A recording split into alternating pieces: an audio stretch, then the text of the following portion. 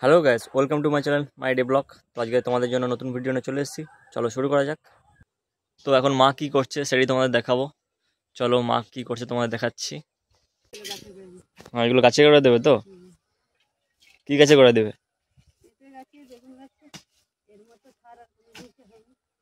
হ্যাঁ, এগুলো তো ভালো সার এগুলো।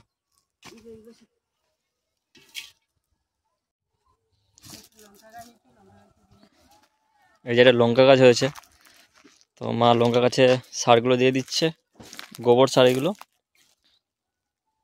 আর একটু বেশি করে দাও।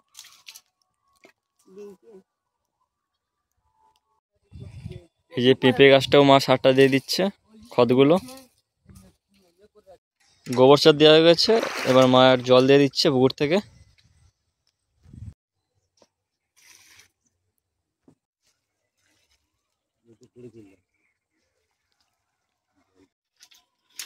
মা তেঁতুল গাছ থেকে তেঁতুল পাড়ছে, আমি খাওয়া বলে। বেশি পারতে হবে না, এক দুটোই পারবো,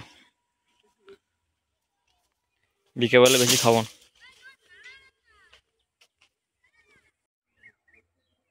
একটা তেঁতুল পেরে নিয়েছি, বিকেলবেলা বেশি খাবো না, একটাই খাবো। চল এবার কলা পাতাটা কেটে নিই। একটা কলা পাতা ছেড়ে নিচ্ছি, একটা নরম দিকে কলা পাতা ছেড়ে নিই। কলা পাতার উপর রেখে তেঁতুলটাকে খাবো। কলা পাতাটা ছেড়ে নিয়েছি। কলা পাতাটা এবার ধুয়ে নিই পুকুর থেকে, হালকা করে ধুয়ে নিলাম কলা পাতাটাকে। কলা পাতায় চল এবার কলা পাতায় রেখে চাট করে খাওয়া যাবে। তেঁতুলগুলো এবার ছাড়িয়ে নিচ্ছি, তেঁতুলগুলো শুকিয়ে গেছে। এখানে চাট করার জন্য লবণ নিয়ে নিয়েছি, লঙ্কা গুঁড়ো নিয়ে নিয়েছি, চিনি নিয়েছি। এবার ভালো করে মেখে নেবো, তারপর খাবো। এবার তেঁতুলটাকে মেখে নিচ্ছি, অল্প করে চিনি দিয়েছি, অল্প করে লবণ। টকটক ঝাল লাগবে, ভালো লাগবে। হ্যাঁ, টকটক ঝাল ঝাল। এতে একটু লেবু পাতা দিলে ভালো হবে। লেবু পাতা আছে? দাঁড়াও আমি তুলে আনি। এবার লেবু পাতাটা তুলে নিচ্ছি, এক দূরেই তুলবো ভালো দেখে।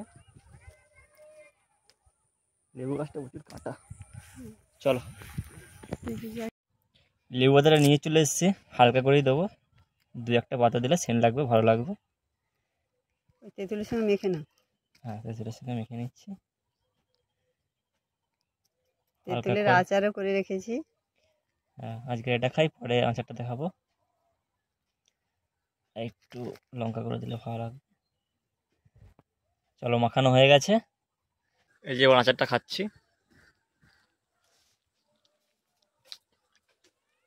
বেশি টক হয়ে গেছে, আর একটু চিনি দিলে ভালো লাগতো।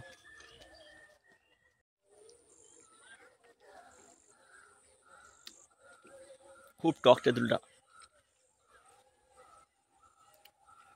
তো আজকের ভিডিও এই পর্যন্ত, আবার দেখা হচ্ছে পরের ভিডিওতে। ততক্ষণ নিজে খেয়াল রাখবেন, ভালো থাকবেন, সুস্থ থাকবেন।